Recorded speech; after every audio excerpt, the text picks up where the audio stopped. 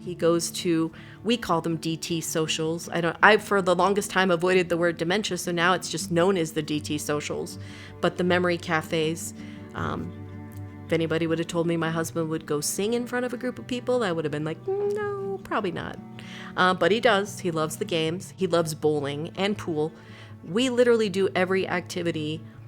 I make sure, because I'm the chauffeur, that we make every activity that they offer, and the more they offer, the better. In January of 2018, I said to my husband, Brian, we're going to retire in probably 5 years or less, and we really need to be thinking about downsizing the house and living smaller. And at that time, my husband, I thought, had some back issues. What we found out from the orthopedic surgeon was that what Brian really had going on was he needed to have both of his hips replaced. So Brian went from working full-time and me traveling to being home with me all day, every day.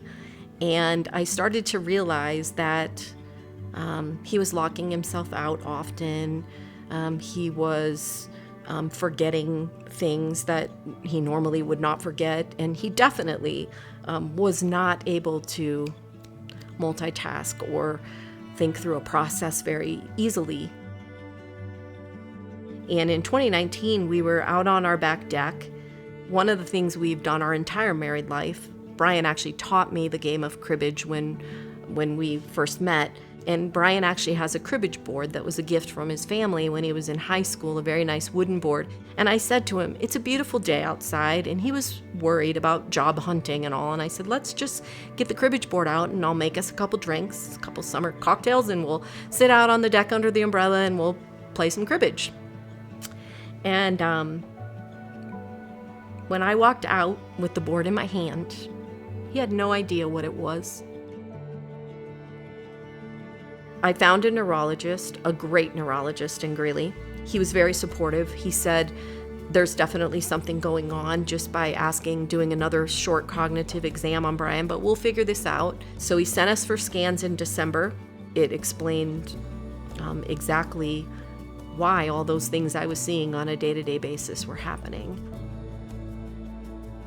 Luckily for us, when we went for the second neurology appointment, our doctor had been given the pamphlet, and he gave me the list, and Dementia Together was on there. And so I called Cindy and just had a conversation with her, and I think probably like everyone Cindy talks to, she said to me, it doesn't have to be that way. You really need to read this book, Contented Dementia. And when I got that book, I sat and read that book cover to cover, and I was so shocked.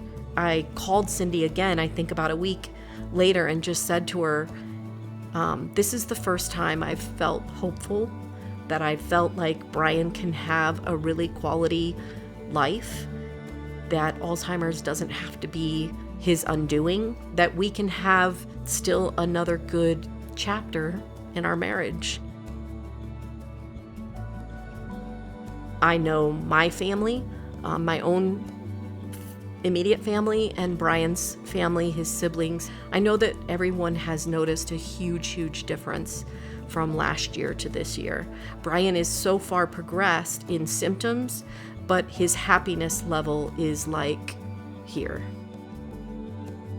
I believe now that the higher power put everything in place exactly where it needed to be, that all of the support, all of the move, the downsize, the doctors, the Dementia Together, I think everything was all being laid at our feet as part of the plan, and thank God. I can't imagine where we would be if not all those things had lined up the way they have. So not sitting here, not talking to you, or knowing about Dementia Together or any of that, I think it would be a whole different ballgame. So very blessed by where we are.